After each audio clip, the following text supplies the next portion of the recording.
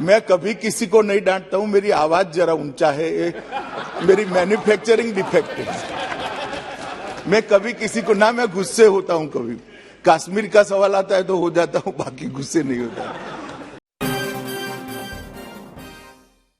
नमस्कार, इन खबर में आपका स्वागत है। संसद के बजट सत्र के दूसरे चरण के आखिरी सप्ताह में सोमवार को लोकसभा में एक ऐसा नज़ारा पेश आया जिसमें गृह मंत्री अमित शाह ने खुद अपने बारे में कहा कि उनकी आवाज़ ज़रा ऊंची है, जो उनका मैन्युफैक्चरिंग डिफेक्ट है। आखिर किस बात पे उन्होंने की बात कही, ज़रा सुनिए उन्हीं की जुबानी। अभी सरकार बना रही है, मैं बताऊंगा इसके बारे में। सरकार में आप होते तो जरूर देखते दादा।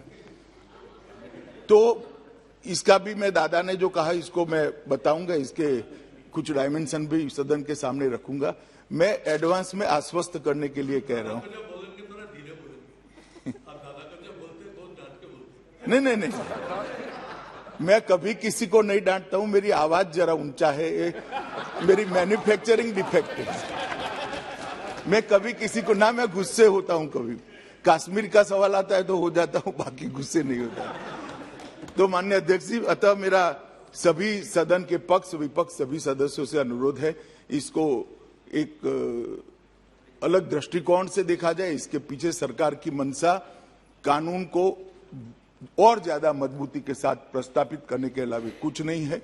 जो दोषी है इनकी दोष सिद्धि कर उनको समाज के अंदर से अलग कर उनको भी सुधरने की एक मौका देने के अलावा कुछ नहीं है।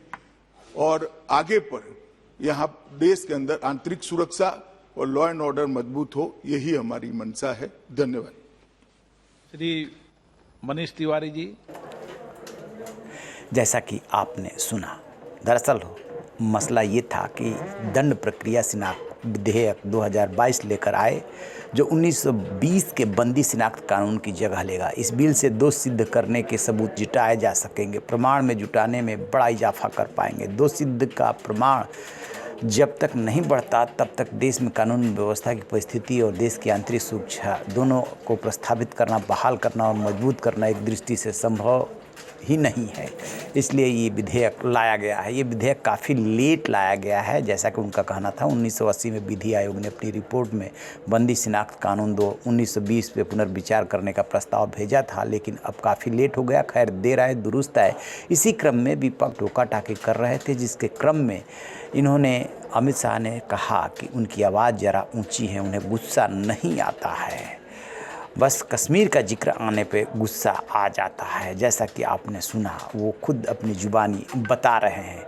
साथ में वो ये भी कह रहे हैं कि प्रिजन मैनुअल भी बनाया जा रहा है। कैदियों के पुनर्वास के लिए जेल अधिकारियों के अधिकारों को सीमित करने, अनुशासन, जेल सुरक्षा, महिला कैदियों के लिए अलग जेल और खुली जेल की व्यवस्था की जा रही है। ऐसी कई सारी चीज़ों को प्रिजन के कानून में हमने समाहित किया है। समय पर अगर हम इसमें बदलाव नहीं करते हैं तो साक्ष्य दोष सिद्धि के लिए अदालतों को उपलब्ध कराते हैं, उसमें हम पीछे रहते हैं, जांच में मदद नहीं मिलती है। कुल मिला कर के मसला ये था कि कैसे दोष ठीक से प्रमाणित किया जा सके और कोर्ट को कन्विंस किया जा सके।